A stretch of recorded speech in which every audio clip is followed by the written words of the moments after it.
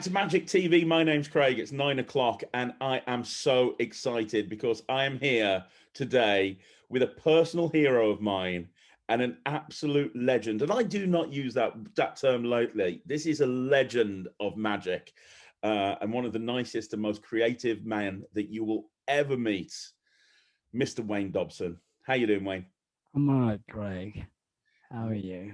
I'm so excited. You know what? I just said to you off camera, didn't I? I've done so many of these interviews now, and I've interviewed so many people. And this is the only time, I'll be honest with you, this is the only time that I'm actually nervous because you've been a hero of mine for such a long time. And I'm like, oh my gosh, if I could go back in time and tell my young self from the 90s that I was interviewing Wayne Dobson, I think he'd just like, wouldn't believe me for a second. This is one of the coolest things that's ever happened in my career. So good, man, thank you so much. And pleasure. on channel. And obviously, if people don't know, we've got Mike Sullivan here as well, who is a part of DTrips, and you guys between you, put so much magic out. And I want to talk about that in a bit. Yeah. But what I'd like to do, if it's okay with you, Wayne, just start at the very beginning and talk about kind of how you got into magic and what it was like at the very, very beginnings, because some people might not know that story. So it'd be good if we could kind of go through. That'd be great. I was born just out of wedlock. I am now 63. I should have been 65, but my dad got 2 years. And when I was 9, I had a magic set for Christmas, as we all do. And that's when it started for me. That's when I got my first interest. And obviously, did you actually? I don't know the answer to this. Did you ever have a proper job, Wayne, or did you like go straight from school into performing? No. It feels like you've been performing your whole life. Did you ever have a proper job? I did a proper job. I worked in a hosiery factory All right. making socks. I was a sample dyer, but I got the sack for being colourblind. Apparently I was putting too much red in the browns and all sorts. It's true. Oh my gosh, that's crazy. So yeah, I did have a proper job, but And I didn't like it. no, definitely not. I completely agree with you there. I Now, was always wanted a fake job. absolutely, absolutely. And you cut your teeth. I mean, back in the day when you got into magic, because these days the kids that get into magic these days, it's all close up magic. And I say on the channel sometimes, I say, back when I was a kid, nobody got into close up magic. The aspiration was to be a stage magician, wasn't it? That was always, and I made my living. Well, I went professional at 21 to the clubs in the northeast and died a lot. Well, there was very strong smells of embalmed fluid. Do you think it's harder for people these days that want to be a stage magician? Because when you turned professional, there were so many working men's clubs and there were so many places where you could go. You don't really see that opportunity around these days as much, do you? I think it's more difficult now being a stage magician.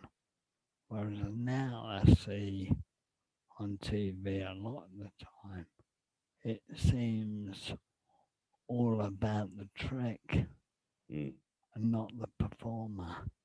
Yeah. And I think it's got, even the close-up magician, it's got to be about the performer. I've got to remember the performer. Somebody once said to me, "Are you a ventriloquist comedian or magician. I said, I don't care as long as you remember my name. Brilliant advice. Absolutely brilliant advice. Do you have any? I've said on this channel that when COVID's over and things go back to normal, there's probably going to be more of a demand for stage magicians than there are going to be close up, because just the term close up, it's kind of like social distancing and close up don't really work together. But a lot of close up magicians are terrified about going on stage, because there's a big difference between walking up to two people and walking out on stage in front of hundreds of people. Well, I think with close-up magic, you go to the people, whereas on stage, they come to you. Yeah. So that's the difference. Do you have any advice for any magicians that want to be stage magicians? Any advice on how to manage the nerves? Because that's the thing that a lot of magicians really struggle with, that the thought of going out on stage and it makes them physically sick. Have you got any sort of... I haven't really, because that's all I knew. So the nerves for me, I used to like them. If I didn't get nervous, that's when things would go wrong. I suppose it means that you care. If you're nervous, it means that you care. It does. And you talked about having, you talked about when you go out on stage, it's not about the trick, it's about entertaining people. Yeah. Any tips on how to, because you are so entertaining. I mean, that's the thing that you get from a Wayne Dobson performance. It's not just watching a magic trick, it's the whole package. Have you got any advice on how to actually make it entertaining so you're not hiding behind that magic trick? Make them like you as a person. If they like you, they will like whatever you do. And if you do good magic, it's a bonus. That's great. That's why I always say, get them to like you. It's like anything. If you like the packaging of a bar of chocolate, you can like the chocolate if you like what it wraps up in. Yeah, I totally get that. Totally get that. Yeah. Now, you, Mr. Dobson, have balls of steel. Yeah. Because we need to talk about your big break, or the moment where it kind of you hit the big time, which I think, I don't know if you'd agree with me, but it's probably when you did the Royal Variety performance. Yeah. And you went out on stage in front of thousands of people on national television, and you did a bloody sponge ball trick. You did a trick with a sponge, something that every single... So can I just get my head around this? You've been given your big break. You know, you've been jobbing and you've been working in working men's clubs. You've been, working in front of really tough audiences. You get to a point where it's like, right, okay, we're going to give you a huge platform to show everyone what you're capable of. And with all of the stuff that you can do, and as creative as you are, you do a sponge ball trick. Man, that takes balls. Because I just picked what I knew. There were so many people go on the Royal Show and they try and create something especially for the occasion. But the ones that win are always the ones that do what they know. When you look at like George Carr and all them doing their act they've done forever. And I did something I'd done. I knew what I was doing inside out. Yeah. Absolutely. And where did your iconic vent sequence come from? Is that something? Because you were really the first person to do that. How did that come about? Well, I saw an old vent many years ago. A guy called Dennis Spicer, and he did something where he squeezed the wrists of people and he mouthed what he was saying. And all I did was took it. I kept the idea in my subconscious. They did it without squeezing their wrists, just like I do it in the clubs, just with the high voice. And they got big laughs. Then I introduced the deep voice, and it just became synonymous with me, really. It became my meal ticket. Mm. Really took me all over the world, took me everywhere, got me my TV show, everything. I mean, and I used the vents all the time in my TV. And a lot of people say, once you've done something on TV, it's gone. It hasn't. That's what they know you for. Just do it more and more, and that's what I did. I kept doing it. And obviously, you just mentioned it there, but after the Royal Variety Show, that's when you, shortly afterwards, you got the TV show, Yeah. which was huge. I mean, it was absolutely huge. I remember tuning into that every single night and loving every single moment of it. Yeah. Was it difficult from a creative point of view? Was it difficult coming up with so much material because No, so much magic? I find that when I was under pressure, I would create, but more so being under pressure because you've got to. So I came up with stuff. Plus, I had Pat Page 24/7, so which was a great person to have at your side whenever you needed an idea. I would think it through with him, and we'd just come up with stuff. And obviously on the show, that was the first time you started doing sort of grand illusions. Is that something that you enjoyed doing? Because you'd never Well, touched illusions before, had you? not for a start, because I'm not a Captain Fantastic. Right? And Russ Stevens was working with me, and he said, "Why don't you get in the box and then let all the girls do all the showy stuff? You just get in there, stay in the dark for 5 minutes, earn your money, come out, and get all the applause." I went, "Yeah, that sounds good." And it worked for me. I became the subject of the illusion, and I think that worked. Oh, it did. Absolutely. Completely turned it on its head. And over the course of the TV show, is there one particular routine out of everything that you did on all the different seasons? Is there one particular thing that you enjoyed the most, or your I, favorite routine? I liked a lot of it, Yeah. most of it. Once I'd done something, I then moved on, and that's what got me fresh. I remember, I don't think it was part of the main run of your TV shows, but I remember a distant memory of you doing a close-up magic special. Yeah.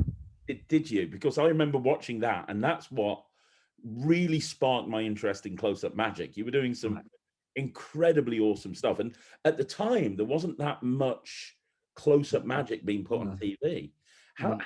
how did that come about? Like, was that something that you suggested to the? Somebody asked me if I would do it, and because I never really performed close up, only for friends, and I always felt close up should be an extension of what you do. Hmm, Right, is a trick, and that's the way I wanted it in the show hmm. to perform to these people, right? Rather than like go up to a crowd. I wanted to do it as a performance. Yeah, absolutely. Well, it was amazing. It really was. I mean, it was. Did you do? As I say, it's a distant memory. It's definitely what got me interested in close-up magic. Did you do the sword going through the ring? I think you did, or something like Yeah, that. Yeah, the samurai sword. I I like I to do. I filmed that. Like I recorded that on a VHS tape back in the Yeah, day, and I remember almost wearing that tape out, rewinding it over and over again, just trying to figure out how you did that. I'm like, that's impossible. That can't be done. yeah. It was collector's workshop and that Mm, samurai sword. it's absolutely amazing. You've just bought one, haven't you? Yeah. Oh, it's such a good trick. I'm going through this phase at the moment where I'm just taking stuff that Wayne did and we're trying to recreate it. One of the things Collectors Workshop put up that they've got some, so we put in an order for it so that we can do it. And also, I mean, we've still got Blue Phantom. That was the one with the chips. I remember that. Wayne, I actually managed to track down the original that Wayne used, and I got it for him for his birthday. And that's sitting in his front room, in his bedroom. Oh, that's brilliant. How awesome is that? Yeah, it's great, wasn't it, to see that again. Yeah, remember Tommy Wonder was on that show as well. I remember that. Yeah, And Den from EastEnders, 30 yeah. I tried to get Ricky J, Yeah, that's right. but it was too expensive. That would have been awesome. But you had some great Tommy was guests. cheaper. Yeah, He was brilliant. He was fantastic on it. yeah, Tommy is wonderful. yeah.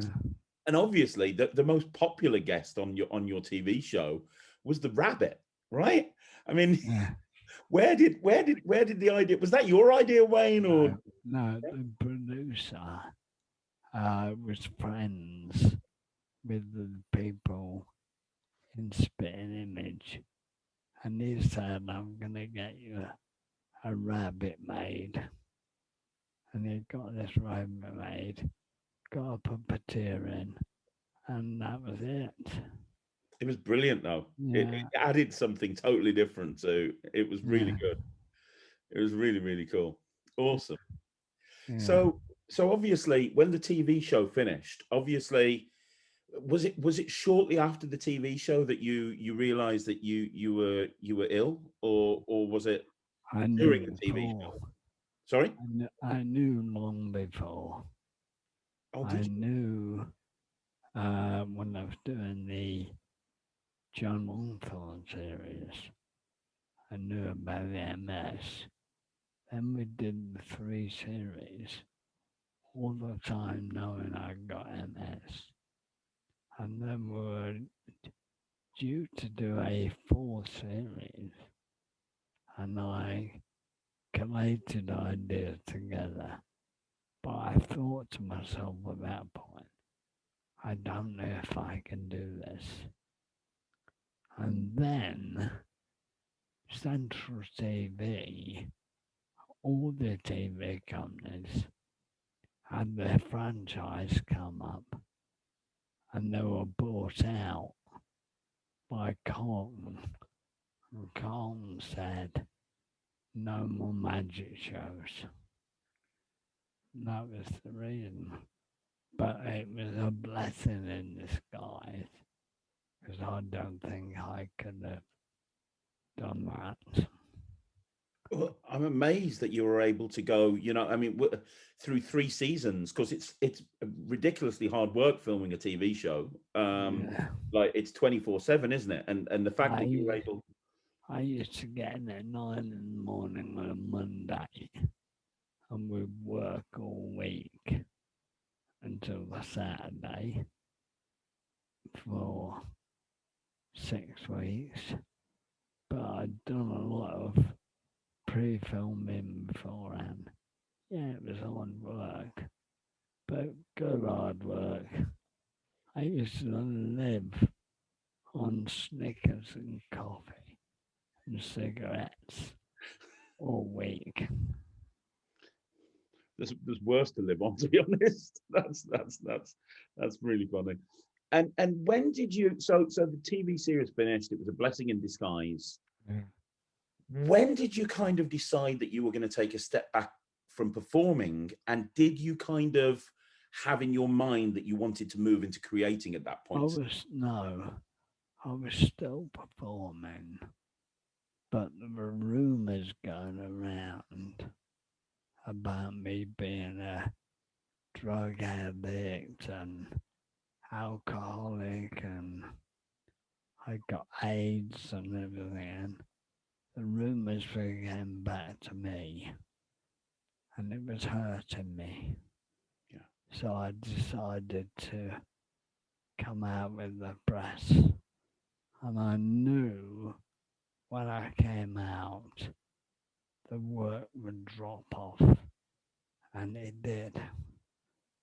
But then, after a few years, Joe Pasquale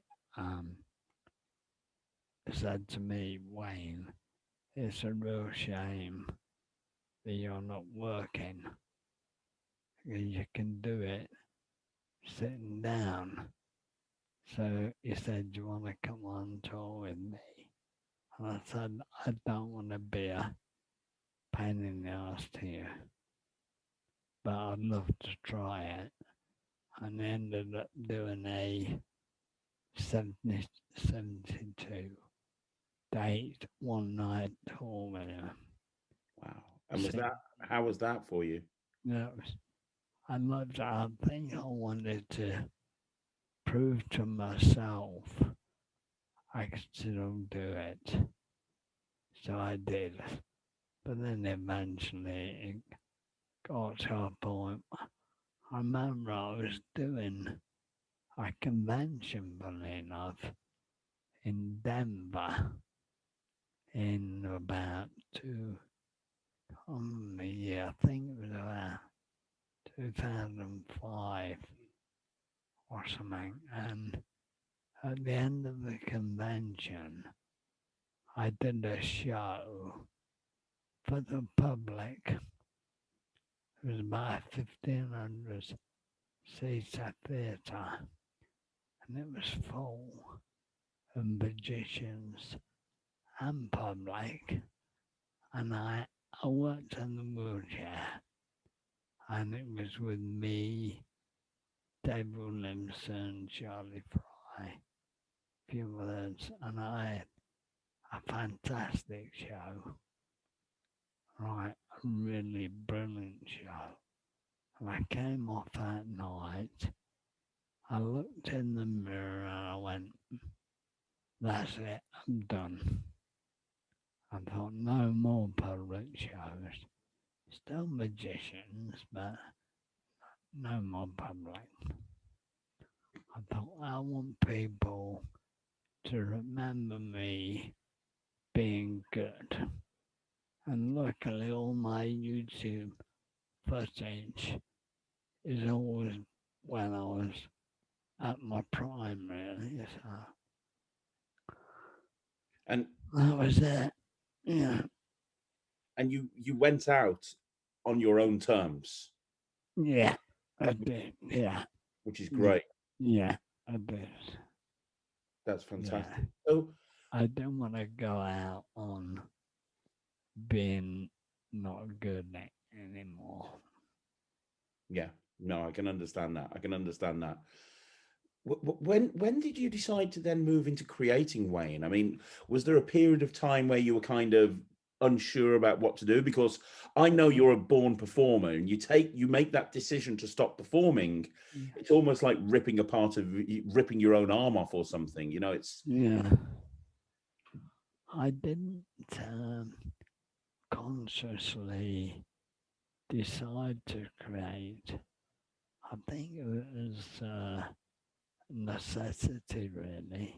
And I started creating. I thought, well, people like my stuff, and I just carried on. Considering, but I mean, it's something that you'd never done earlier on in your career, because obviously No. you're so busy performing and being on Yeah. TV and going all over the place. Considering you'd never done it, and you just said you did it kind of more out of necessity, Yeah. you're bloody good at it. I mean, the tricks that you've brought out are, I've never seen a bad Wayne Dobson trick ever. No. And you know that I've got a reputation of kind of saying what I think and being outspoken, and you know, I'd be completely honest with you as well, Wayne. Yeah. If I saw a trick that I didn't like, I'd tell you. Sure. I've never seen a bad Wayne Dobson trick. They're No. always so clever and so well thought out, and it's amazing. Right. I always have a performer's mentality. So that's always in the back of my mind when I create. And when I create now, even I think, now if I was doing this on TV, this is the way I would do it. Mm. But your effects are also so commercial. You see, especially these days, Wayne, you see so many tricks come out that are just complete pipe dreams that are never designed to be worked by a real person, and they're just rubbish. And you can just tell that somebody's bought them out for one reason and one reason only, which is to just stick some money in the pocket. But your standards with your routines, it's not just that they're good and they're clever, but they're designed to be worked. I imagine that you're really passionate about wanting people not just to buy the tricks, but actually use them for real people. Yeah, I want them to work on. And that's what I like. I try and simplify everything as much as I can, so you can concentrate on the performance. Yeah, that's really, really good. So here's a question.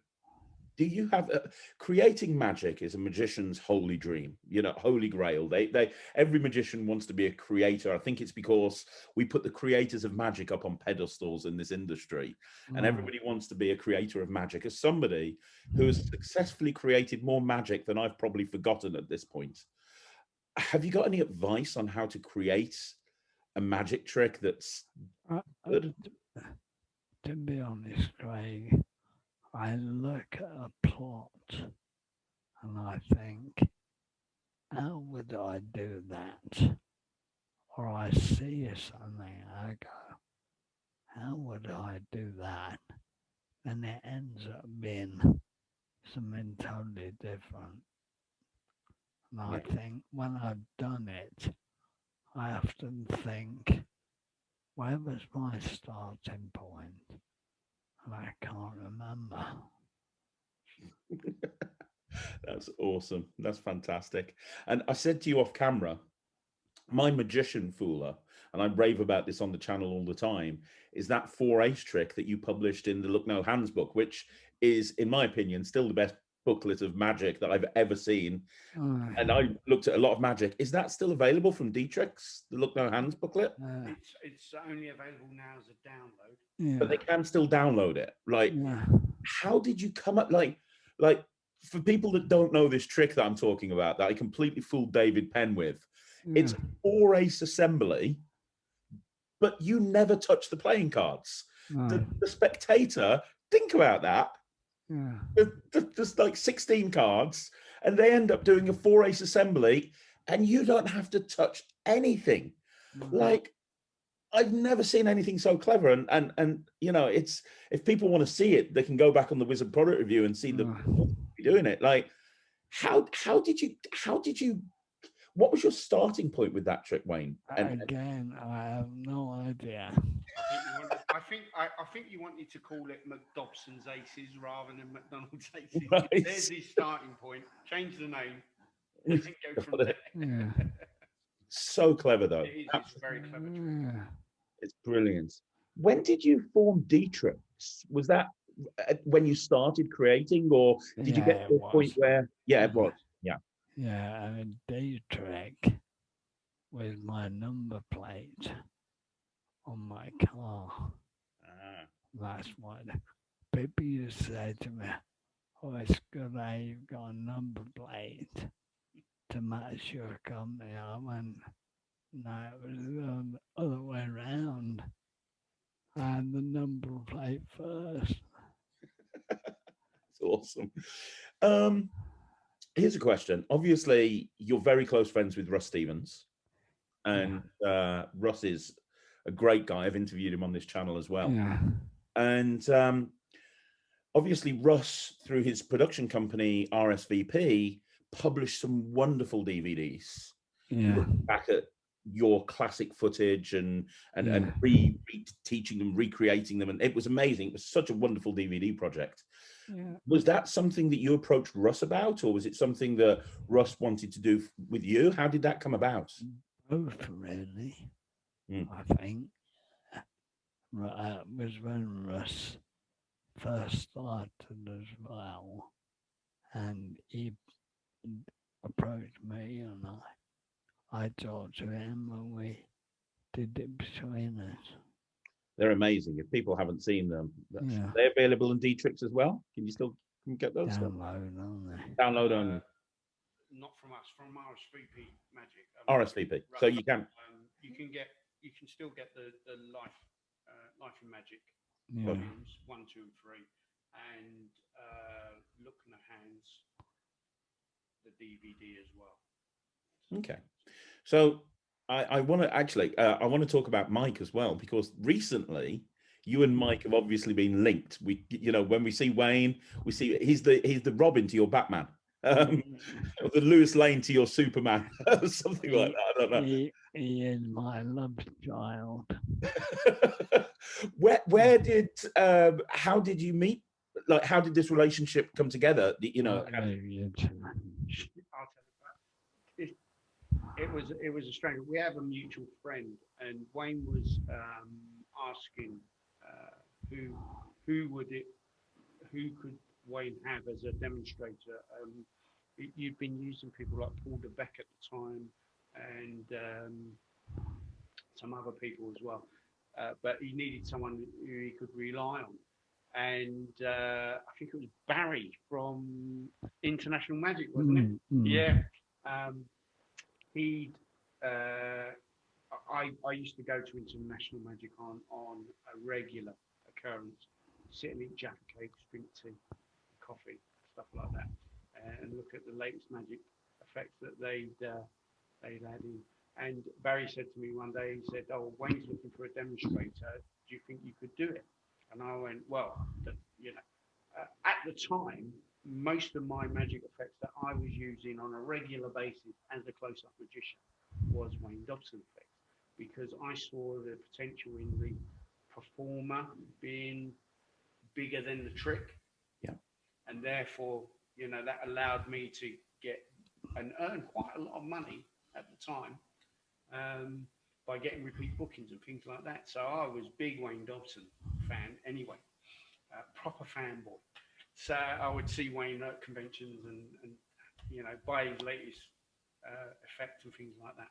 Anyway, back to this, and I thought, what a wonderful opportunity I have of being able to work with one of my idols, and I said to Barry, set it up, do what you need to do.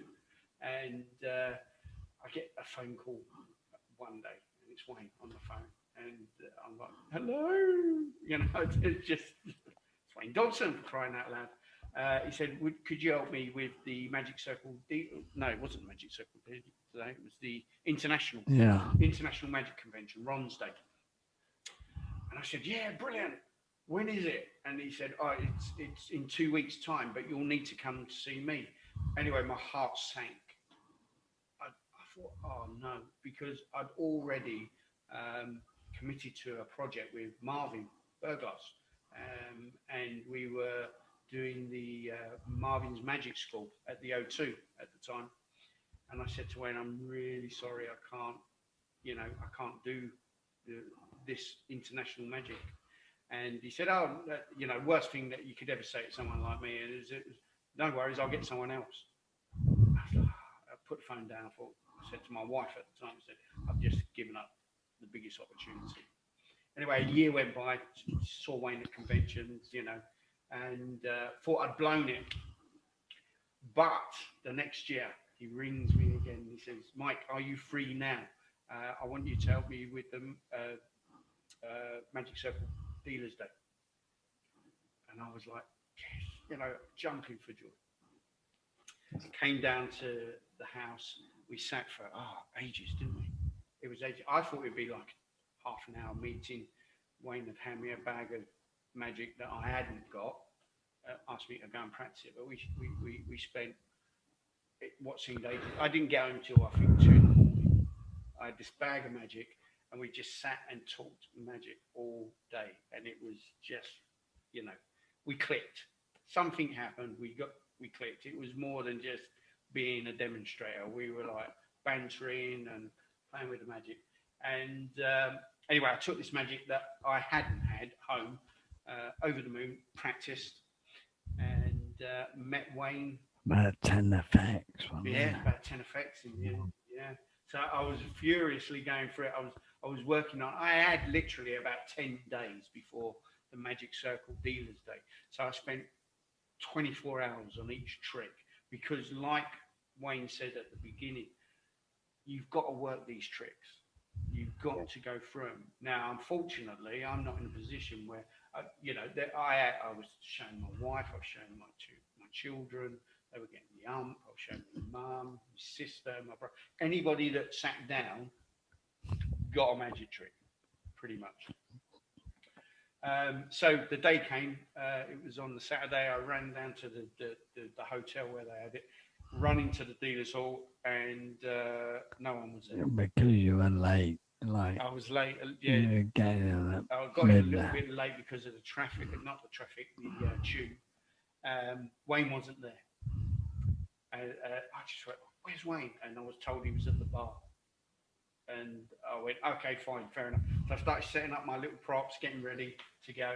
And I was just sitting there, and people started coming over, and they're going, can you show us Lucky Card? And I'm like, Lucky Card? He's not told me anything about Lucky Card. They went, what? He's been doing it all morning. He's been fooling everybody. And I had the likes of Richard Pinner, Andy Nyman. There's all these people coming up going to me, show Lucky Card. And I've no idea. Anyway, Wayne saunters back.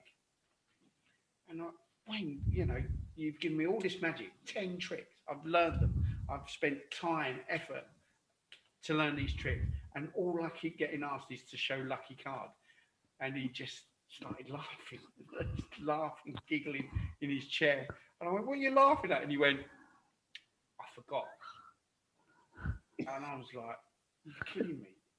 The best trick in the convention, you know, in the dealer's hall, and you forgot. And that was the beginning of a beautiful relationship. Yeah. Right. That's the sort of things he does. He completely forgot about the trick. Obviously gets there, shows other people, and then expects me to know it, and not a clue. But now I do. And it's probably your signature effect, isn't it? As a close-up trick, hands off. I mean, it's you think that the Ace Assembly is good. Lucky Card blows people. Can I tell you a story about Lucky Card? Absolutely, I'd love to. You'll love I don't think I know. I know most of Wayne's material, but I don't think I know. Lucky Card's in Look No Hands. It's the card trick that cannot be. I don't think this would be for the interview, but it's a card trick that cannot be explained. Okay. So I'll tell you the story. You'll get the gist. So we're in Blackpool, and I'm performing Lucky Card to people that want to buy it. At that point, we had it on DVD, didn't we? We had the definitive guide to Lucky Card. And these two kids just walked up to the stand, and they got a deck of cards in their hands, and they're doing all this, you know, Sybil and whatever they're doing, and chewing gum, looking around bored, and they walked past, and they walked up to me because it was we was quite quiet at the time.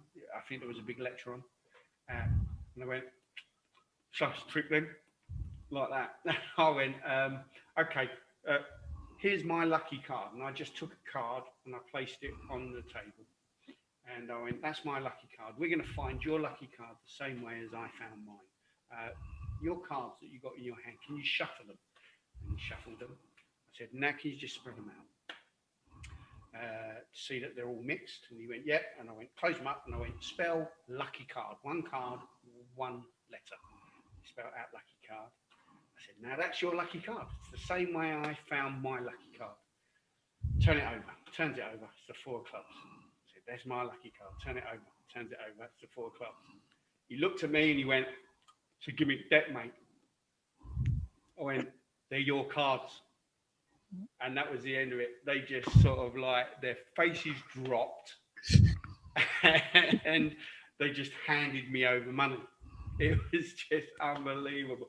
They forgot the cards they were using were there. And because it was in look no hands, I didn't touch the pack. That's amazing. And it was, yeah, it just sort of like, and every time we show someone that hasn't seen the trick, it blows their mind. Blows their mind. And Andy Nyman was the best. Andy Nyman was the best. I thought he was going to hit me. There's another 2 stories. I don't know if you're going to use them, but there's another 2 stories. So Andy Nyman, this is at international. He comes up and he says, show me lucky card. And I showed him it. It's the same card we use all the time because it's our favourite card. And oh no, I better not say that because then you can't use it. So Andy Nyman comes up to the stand at international and he says, show me this lucky card that I've been hearing about. Anyway, so we did lucky card. He's taken the deck, he's shuffled it. My card is on the table. I've not touched it. I've not touched the deck he's using.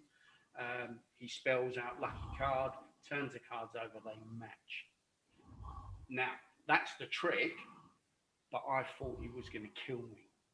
He looked at me as if he was going to just go.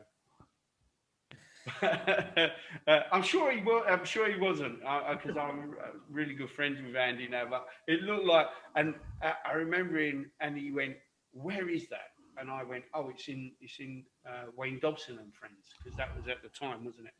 And he goes, "Where? I need to buy that." And I said, "You've already got it because you're a contributor and you were sent a copy." He's like, and well, why didn't I see that? And I turned around to Wayne and I went, I think I've offended him. And he went, "No, you fooled him." it was really good. Henry Evans. Oh, Henry Evans was the best. So Henry Evans is at Blackpool, and he's just brought out 4 Doors. Is it called 4 Doors? I can't remember. Yeah. 4 Doors, which is a 4 DVD project on the card trick that cannot be explained. So I said, "Oh, Henry, I'll show you something. This is Wayne's lucky card. We did the effects, we did the routine." And he's like, "I've got no idea." And I went, "You've just brought out a 4 DVD set on how it's done." And he was like, "That was the best. That was the best." And he gave me a copy of the DVD. He said, "You fooled me. There's a copy of the DVD." And it was brilliant. It was that gave us some mileage. That trick, it's given us mileage. And the beauty of the trick is, and again, it goes down to Wayne's thinking of this process of being the performer, is that it is hands off. I keep getting told off for saying hands because I'm a Cockney. It is hands off, and it's impromptu, and it can be used with any deck of cards. And that deck of cards doesn't necessarily have to be a full deck. You know? So it ticks all the boxes.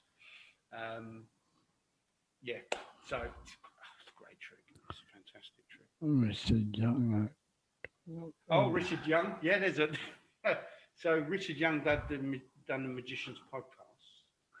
That he came round to do the interview, and Wayne says, "Do you want to see Lucky Card?" And he went, "Yeah, sure, okay," because he'd never heard of it, and it just blew him away. He was standing there for minutes, going, "What? How?"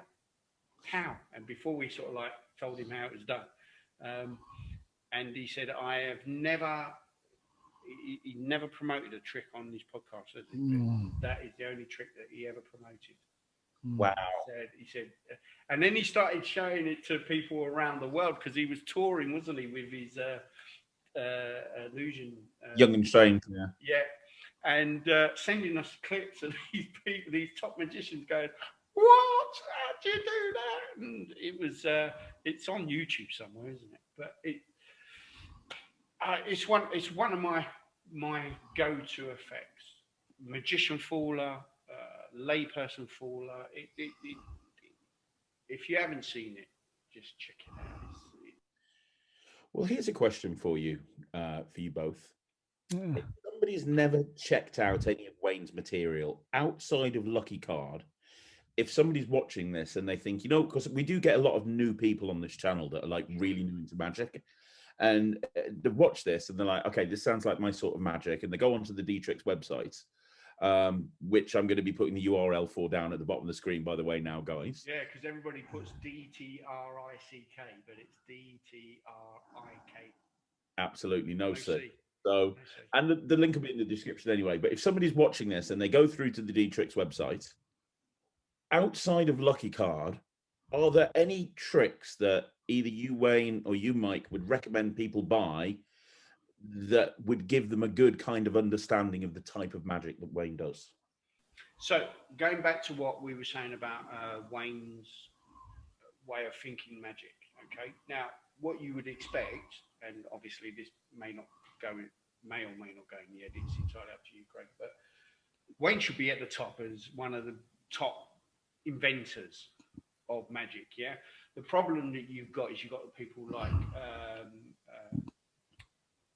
what's his name, Lawrence? Nicholas Lawrence, people like that, and they're doing this gimmicky sort of like in your face Zoom stuff, and that is the stuff that people are doing. We're living in a climate at the moment where the sort of magic that Wayne's brought out in the past is not suited for that. Okay, we have tweaked some of it, and we are going to put that on the ad copy of some of the things that we're doing, and then that will be reflected in the videos that are downloads. And I've always said this to everybody: people come and people see the trailers of Wayne's magic, and they might think, "Oh yeah, that's a good trick," and they always do. When they come to a convention and see it performed live, they walk away with it in their pocket. And that is my point. My point is, you've got to, Wayne has said that he tries to make it as simple as possible. Yeah. Simplistic is not the same as easy. Yeah. And I've learned that while working with Wayne, and certainly people that buy his magic have found that out. For instance, I'll give you an instance. We have a trick called Metamorphosis XL, which is about a 2-coin transpo, based on the Metamorphosis plot. So someone went in the trunk, and then the curtain's lifted, and now that person's on top of the trunk, and the person on top is now in the trunk. Well, Wayne did this in a spectator's hand with 2 coins. The effect is phenomenal. And if you perform it correctly, the reactions you get is unbelievable. Was it a great seller? No, it wasn't a great seller, because people look at it, and I wouldn't put it in terms of wow, the wow gimmick. It was a good seller for us. We sold loads of them. But in the whole great scheme of things with the world, no, it wasn't a great seller.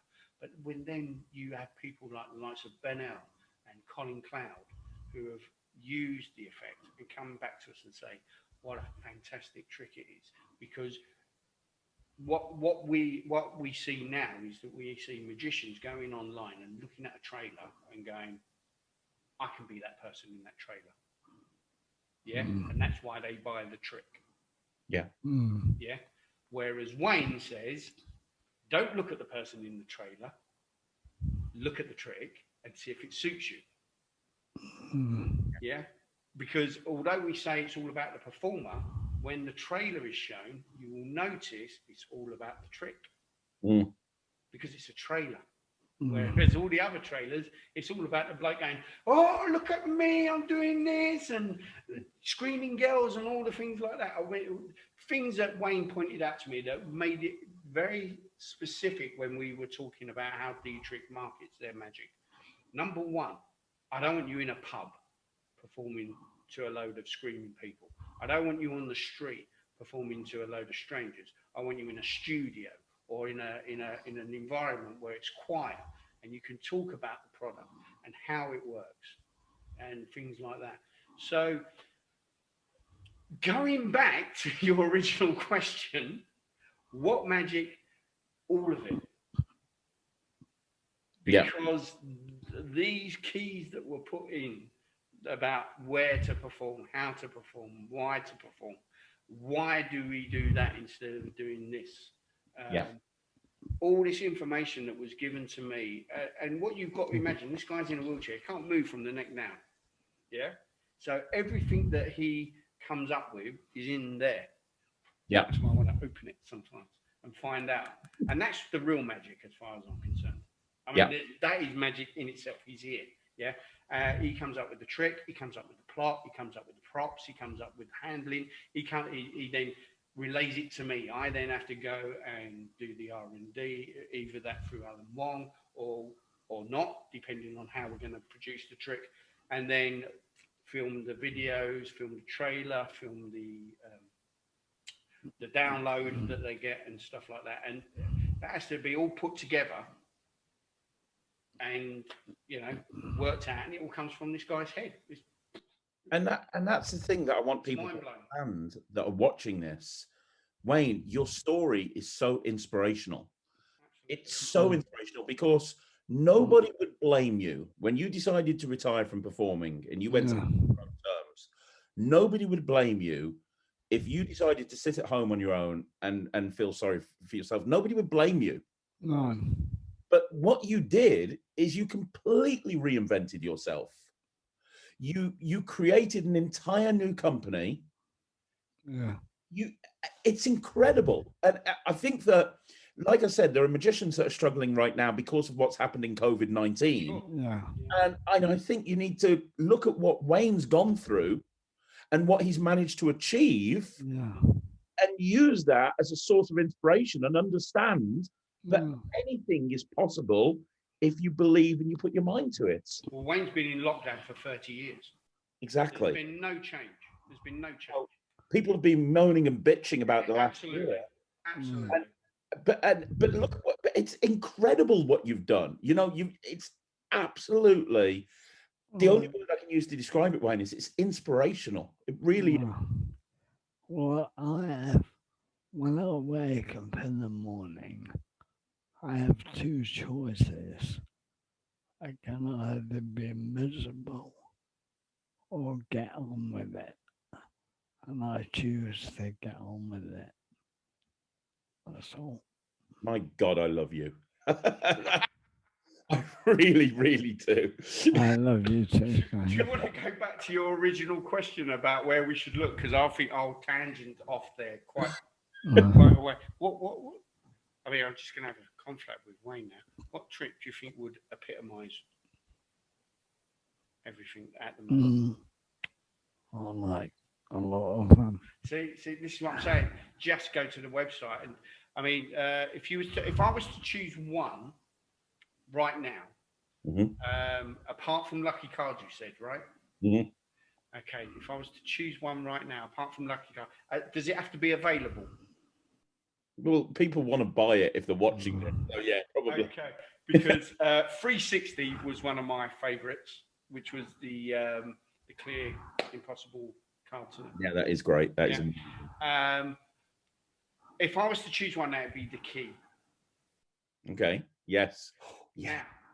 Yes. Right. Okay. Yeah. Now, two things this covers. Right. Well, three things this covers actually. I forgot about the key. Oh, so good. The first thing it covers is you can do it on Zoom. Right. So let's get rid of that elephant, because it can be done on Zoom, but it was designed to be done in close-up situations. The second thing is that it's an effect based on an old effect and improved exponentially. I remember Paul Zenon doing the old version, and linking it onto a girl's earrings on a TV special. Yeah. And Wayne did Unikey with Lisa Goddard on his TV show. And the key, I don't know if you're going to put a link up or something, allows you to now use things like a wedding band. So it just straight over. But it's the presentation. If you look at Wayne's presentation, it's complete theatre from beginning to end. The key itself is the key is just a catalyst to it don't matter. It doesn't matter. No, it's the presentation and the fact that you pull that napkin away and the spectators holding the key with the ring on it in their hand. I mean, that's pure theatre. And to elevate you as a performer, it does it for you. It does what it says on the tin.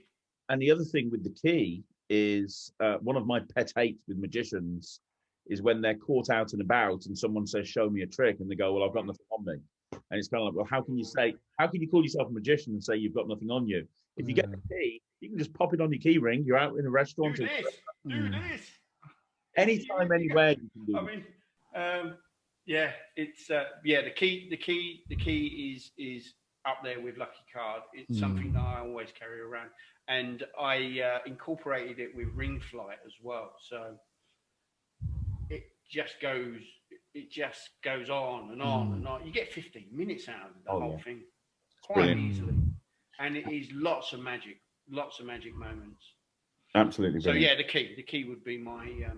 Key is class. I totally agree with you. Can I ask you, Wayne, one of the things that your name has become synonymous with recently in the last few years is the Wayne Dobsons and Friends show at Blackpool. Yeah. I mean, for many people, that's the highlight of the convention.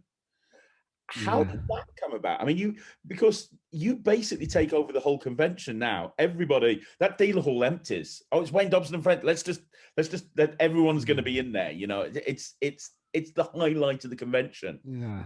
How did all that come about? I was doing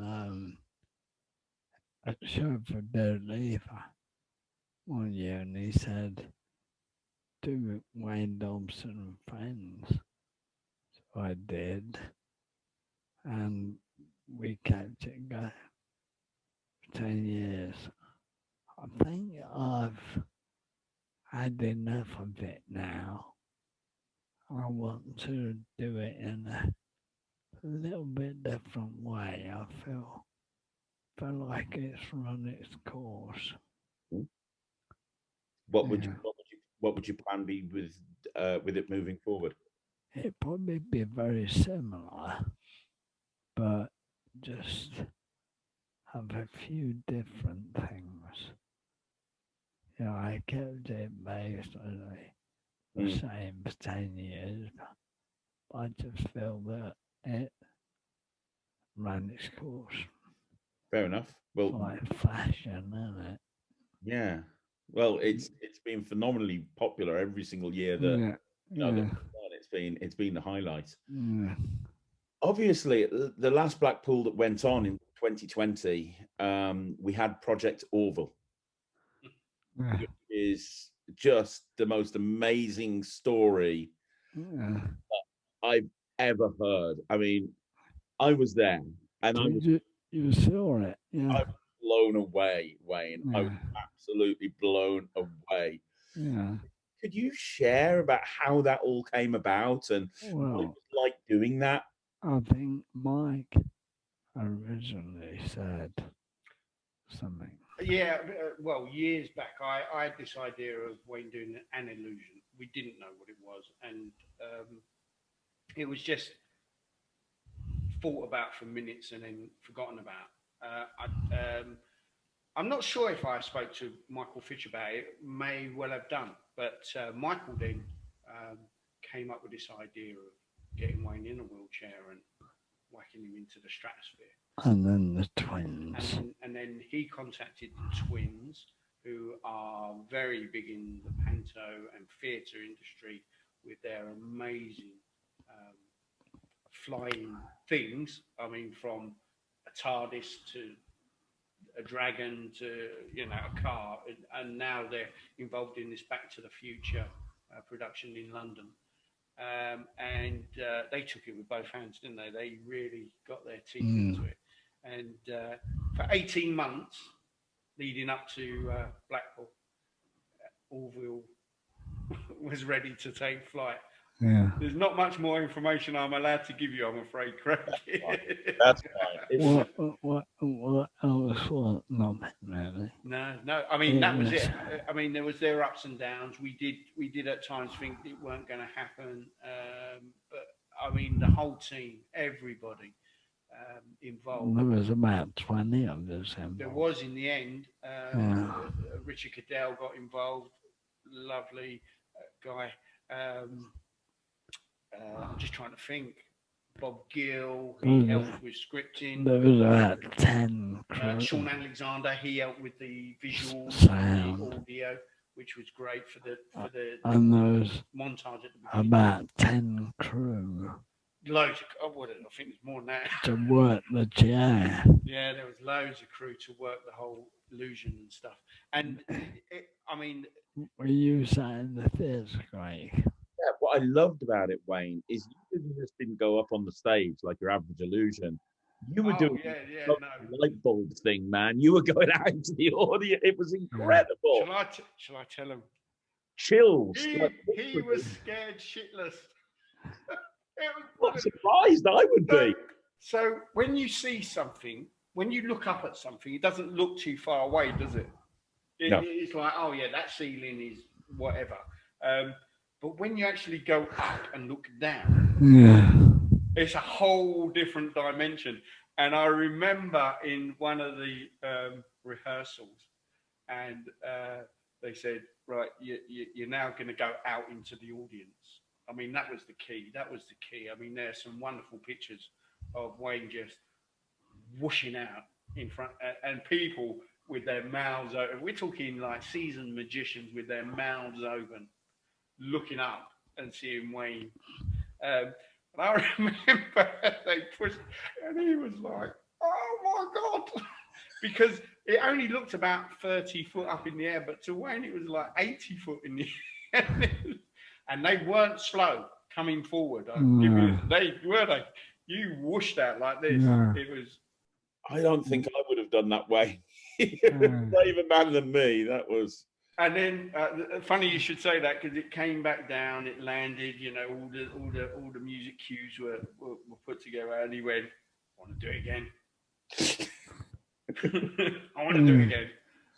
So we did it again. I think we did it 2 or 3 times. Didn't we? Yeah. And you loved it by the end of it, didn't you? So it was a fantastic experience. And it weren't if it weren't for the fact that everybody involved worked so hard and tirelessly on it, it wouldn't have happened. It just goes to show how loved you are, how much respect that people have for you. Yeah. That this came from an idea into reality. It just shows how much that you mean, not only to friends and also to the entire magic community. You know, it's brilliant. I mean, but watch this space. Yeah. Watch this space. I don't think we told it. You're the first. You're an exclusive. I got an idea of something. We got an idea for something else. Wayne's been banding about, and we're going to see if we can make it work. So when Blackpool gets back to normal, it's, you know what? I've got a friend who's a motivational speaker. His name's Brad Burton, and he always turns round and he says, whatever the situation you're in, you have to ask yourself, what does this make possible? With COVID or whatever it may be, what does this make possible? Well, you embody that, Wayne. Okay, so you've got MS. Like I say again, it's so inspirational because what does this make possible? You're not stopping. I mean, how old?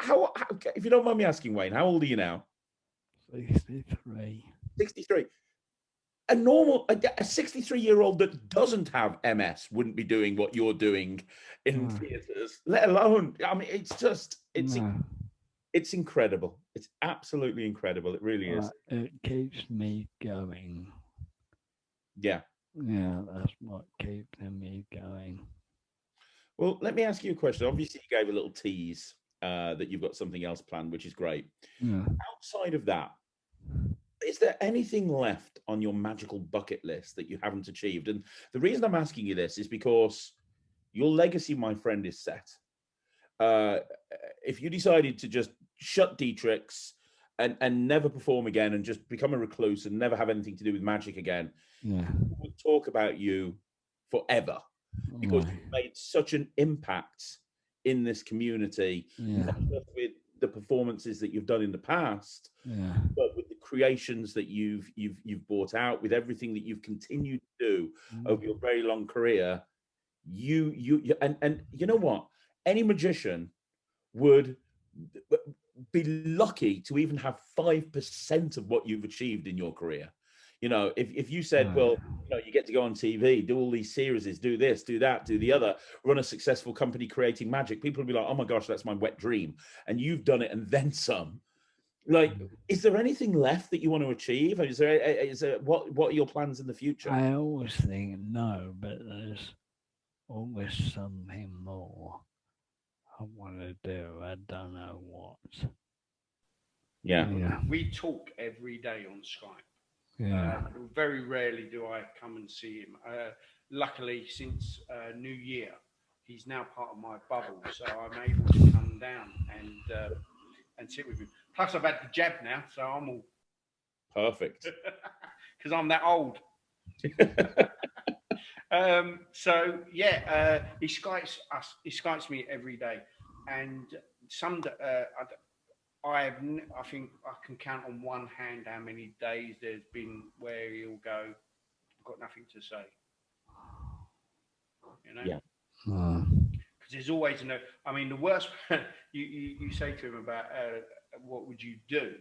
The thing is he's constantly creating on a regular basis. I mean, today a new trick, wasn't it?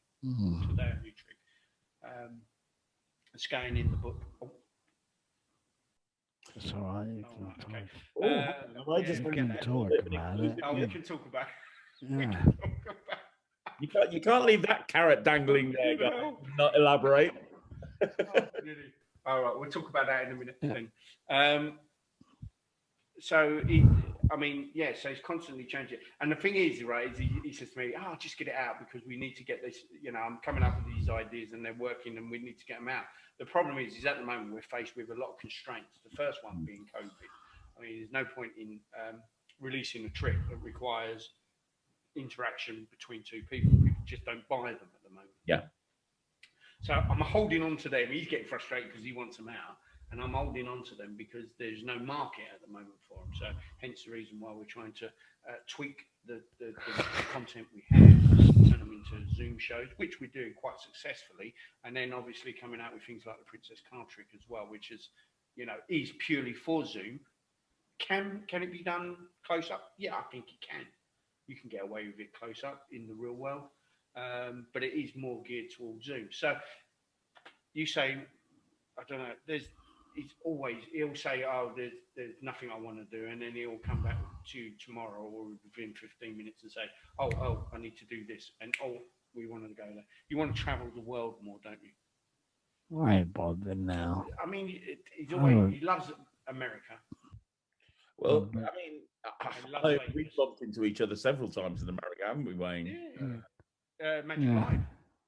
Yeah, well, the first time me and Wayne hung out in America, if you remember, was Kentucky at the IBM Sam convention. Yeah. That was a good convention, that was. And I just, I remember sitting at the bar with you for a few hours, having a few drinks. And I think that was the first time I ever showed you coin. You said magic.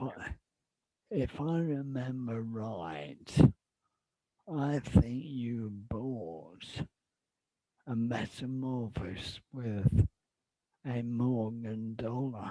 I did, and I've still got it right over there. Yeah. I've bought pretty much everything you've ever bought out, Wayne. You've got Metamorphosis XL then? Yeah. straight with a real You got mob. one of the real ones, though. I've got the deluxe version. Yeah, see, we had to bring it out with a replica. Mm. Otherwise, it would have been far too expensive. But I know Craig and his coins. We go back many years.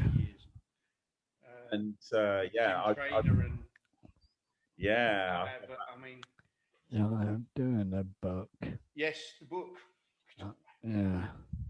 So tell me about the book. This is exciting news. It'll be 2, maybe 3 volumes in the slipcase. When I was down to do a full series, I wrote a lot of material, and I did in the series, and the material got lost. But a couple of years ago, it surfaced again.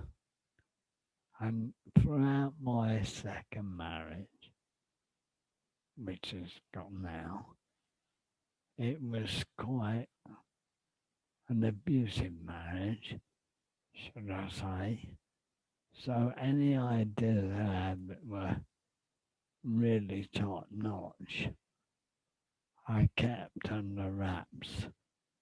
I didn't want anybody to benefit from them, but they're coming out now. I'm going to put them in this book. We're going to call the book Legacy. Legacy. Love it. Yeah. And is it going to be stories as well and advice? It's got my autobiography in there. Illusions, created, close, a lot of new stuff. And this is the first time you've talked about this. Sorry? This is the first time you've talked about this. This is very... Yeah. Well, publicly. Yeah.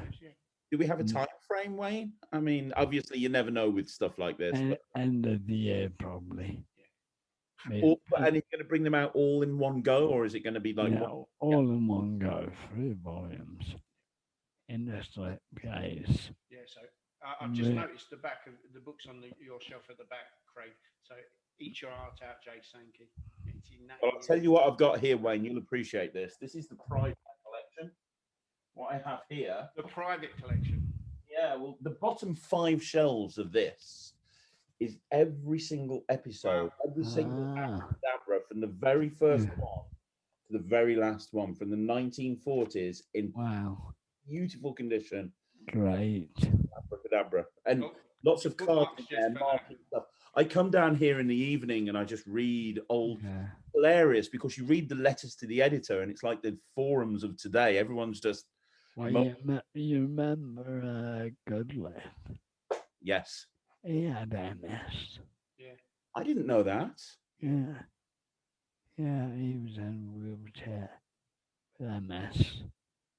But he lived to a ripe old age. Yeah. But didn't die of MS. Well, anybody's died of MS, haven't they? I don't know. It's just everything else that goes with it. Well, I'll tell you something, Wayne. You can put my name down as the first person to buy one of those book sets in a heartbeat. All right. We will do. So glad that you found time to do this, because I mean what I say. You're an inspiration. I love you to bits. And thanks, obviously, you know, a few years ago when I was on the Wizard Product Review, you know, a lot of people were saying stuff about the whole you and me and Dave and Jeff McBride situation, and it really hurt because a lot of people didn't speak to me directly, and the reason it hurt is because I have always, from the very first time I ever saw you on TV, I have always respected the hell out of your bits, as you know, and I'm so glad that you've found the time to come on the chat. That was a situation that got out of hand through nobody's fault. Well, I think I have to take a certain amount of blame for that, mate. Let's be honest. I was a lot younger. Yeah, I was a lot younger. I was a lot more outspoken, believe it or not. And, I used to kick over. Controversy. That was Yeah, I used to court controversy. I don't anymore. I don't, not as much. Put it that way. But no, I remember saying to you, didn't I don't want to have enemies. Yeah. Tell Craig. Yeah. So it was round about when Daniels died, wasn't it? Yeah. And Wayne said, you know, I don't want to drop off this mortal coil and have enemies, people hating me. So he went, you know, I helped him go out of his way. He went out of his way to find these people, including David and yourself. We remember, and just sort of like, you know, break a peace. And it was a good thing. I think it cleared a lot of cleansed a lot of people. There's too much of this in the magic industry. There's far too much hatred and hurt over things that, you know, as someone who's come from industry in the retail sector and also the merchant banking sector, I mean, you want to see hatred, you know, go to merchant banking.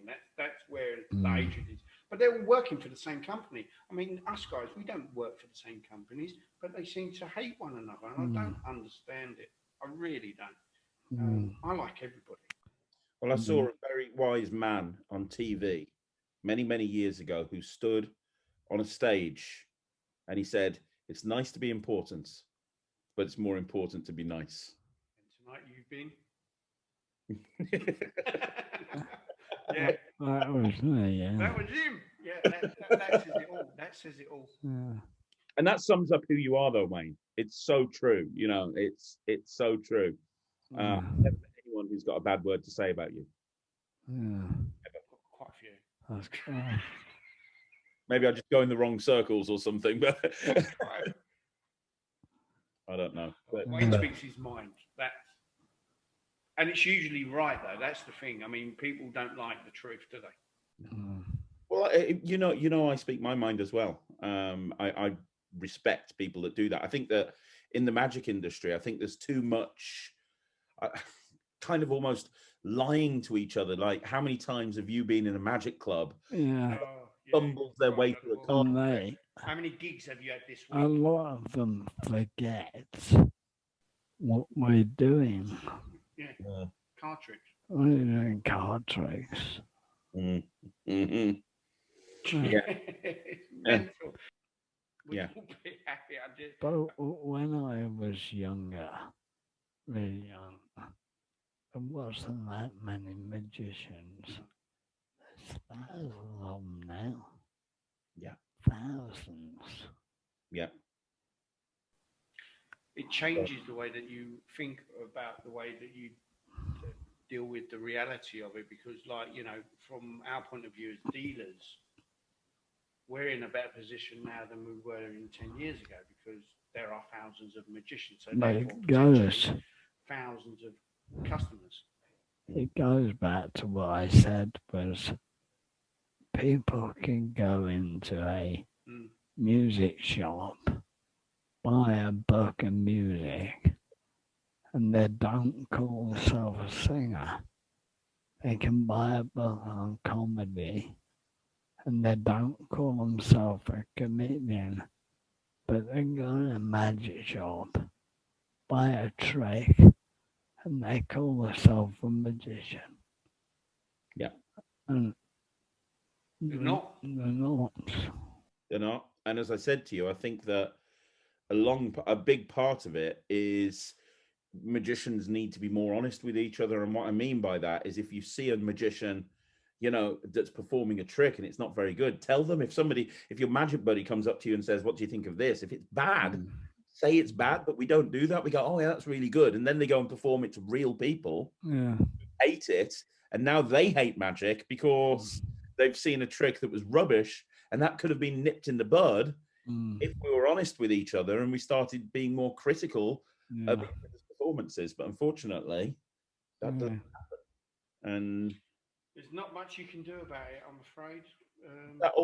It's that old joke, isn't it? Or that old story.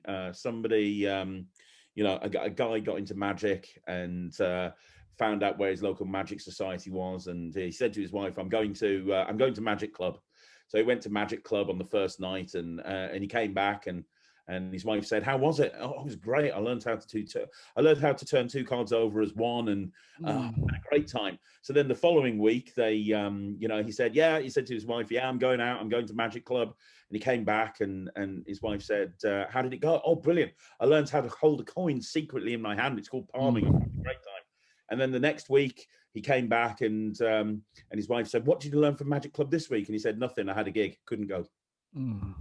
And it's that true. People rush into going out and being a professional, and it's because it's so easy these days to print up a business card, call yourself a professional magician. Like back in your day, Wayne, you couldn't do that. You die in your art. You go into a club, you'd just be eaten alive. Right. I mean, I didn't take my first professional gig for 10 years. I was a magician for 10 years before I even contemplated. I was too scared. I went on the road when I was 21. Yeah. I worked the clubs in the Northeast until I was 28. Yeah, exactly. That's what I mean. It's like people are not scared anymore. I mean, I'm not scared of taking somebody's money and thinking, am I good enough to take the money? Yeah.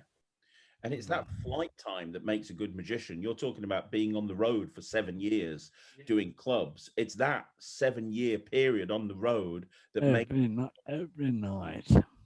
That's exactly. Wayne says that to me all the time. I'm not a stage magician. I'm a close-up magician, but the flight time, even as a close-up magician, is still the same. And he said you can't buy that. This is not something you can go to a club and buy and say, right, I want to, like air miles. When you're learning to be a pilot, you can't go into a club and say, right, I want 20 hours of flight time. Yeah. It's You've true. got to earn it, and the way you earn it is by starting off by doing it to your friends and family, which goes against the grain because they'll always be appreciative of what you do, and that's probably where the problem starts. They see you do a double lift, and they're like, "Oh, wonderful, you're great," And I think who was it that said it? Danny Buckler. Yeah, people walk into Danny Buckler said it on one of our coffee mornings. People walk into a theatre, and rather than sit there and go, "That's amazing, well done, you're brilliant," they look at them and go, "Oh, my Cheryl could do that." Yeah.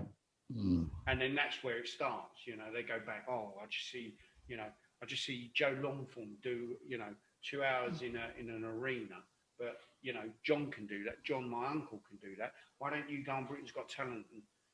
And then that's it. It's gone. There's a huge difference, as Danny pointed out. If you haven't seen our coffee mornings, I'm going to talk about that in a sec. Yeah. Oh, right. Okay. And that's something that Danny said. People in the UK, not so much in America, but people in the UK, they're not sitting there going, "Oh, that was a brilliant show." And I think it's exactly the same when a magician or a hobbyist magician, amateur magician, has been doing it for some time, and then they go on and they see these guys doing these social media things and their prank things, whatever, and they sit there and they go, "I could do that. I could do that now." Whack on the phone and just do it. Whereas, people like, I know Rick Lax, his flight time is phenomenal. I mean, the guy's been working for years. And that's the problem. You find that you've got magicians these days that are putting themselves forward for gigs that they're not ready for. Well, I spent 4 years, I wasn't doing the clubs, but I did the holiday parks. Like I spent 4 or 5 years every night traveling across the country to a different holiday park. It's good ground to work. It's good ground to earn your chops. That's what you need to do, is earn your chops. You don't hear that anymore. Oh, that guy, Wayne earned his chops. Yeah. He didn't go on Britain's Got Talent to become the next, magician. Yeah, he went to the working man's clubs. He had beer bottles thrown at him, and he was sworn at and told to get off the stage. And but you can't skip the steps. No. If you go from here to here, well, that's fine. That may work. But then when you're at that level, you haven't come crashing learned down. what you need to deal with it when you're at that level. Yeah, and then you'll come crashing down. And that is the problem. I think a lot of people. I genuinely think that this lockdown is a reboot for the entertainment industry. The entertainment industry is one of those industries where you can't just switch it off. You can't go, right, that's it. We're going to switch off all the shows off the West End. We're going to switch off all the TV shows and things like that. And I genuinely think, and Wayne and I have been talking about this a lot, that this is like a reboot. Like you said earlier, people that were in the entertainment business are now getting jobs elsewhere. Yeah. And some of them out of necessity because they've got to pay the bills. But I also genuinely think that there's a lot of them that weren't really necessarily entertainers to start with. Yeah. And now they've got to go and get a proper job. So it's like a cleansing, for more of a better word. And like you said, Craig, I think people, when they come out of this lockdown, are going to be wanting live entertainment like there's no tomorrow.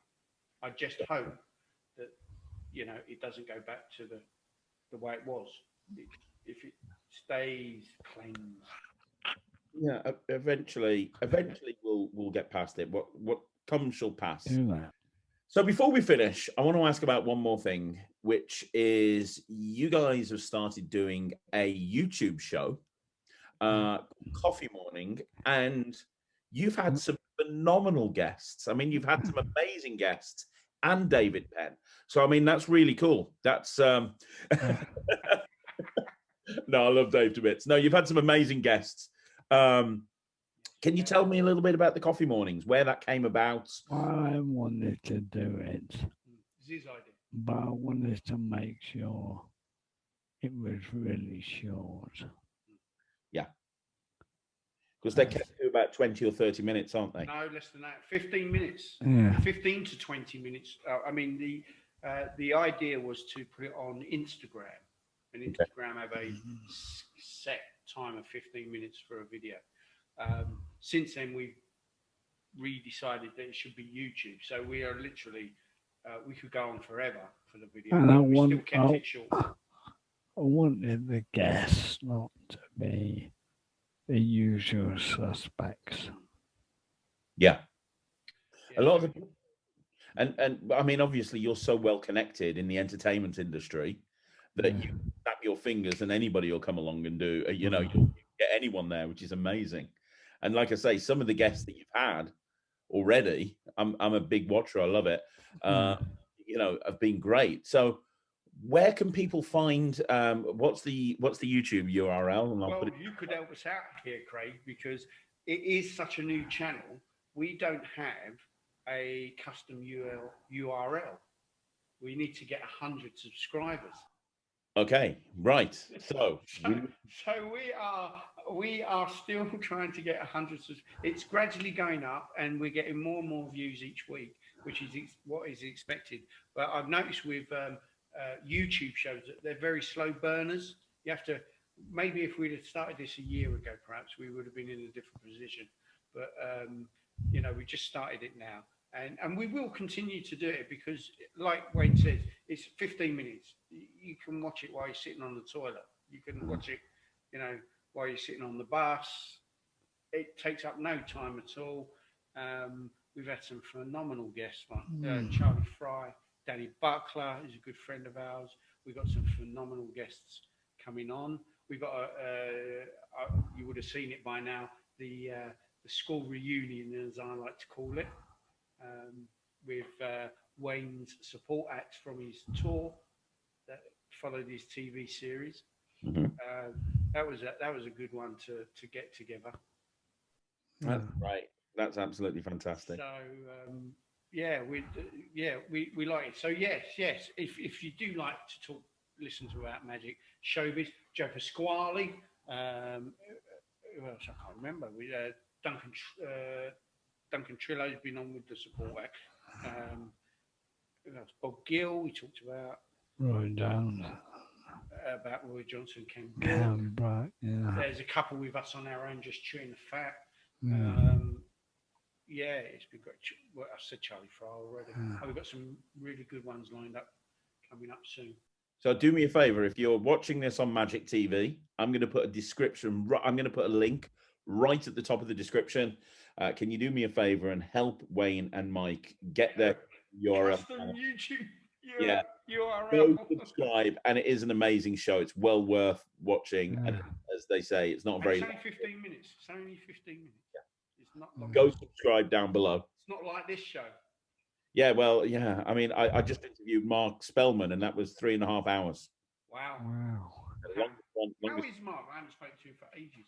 He's loving life. He's great. He's Yeah. It's an amazing interview as well. He really breaks down step by step the He's- whole process as to why he decided to go back with the whole X thing. Well, guys, thank you so much for coming on the channel. Wayne, Thank you're you. amazing. You're an inspiration. Thank you for everything that you do and continue to do in the Magic community. Thank you, Greg. And Mike, you are one hell of a guy as well. As I say, you and I have gone back so many years. Many years. Yeah, I remember sitting in the restaurant with Michael Pearce talking about your competition. Man, I'm IBM. about 21 then. Or Did something you like wear men's clothing then? No. that. I don't think he ever has, Wayne. No. Oh, That dear. was when I was a little girl. So anyway. Guys, thank you so much. Right. Leave a comment down below. Make sure that you follow Wayne and Mike on YouTube. Let's help them get their Right. channel URL. And leave a comment. I know they'll read them. Don't forget to subscribe to the channel. And I'll be back tomorrow with another video. Thanks very much for watching. Wayne, Mike, you're both brilliant. I'll see you again. Take care. Bye. Bye. Take care.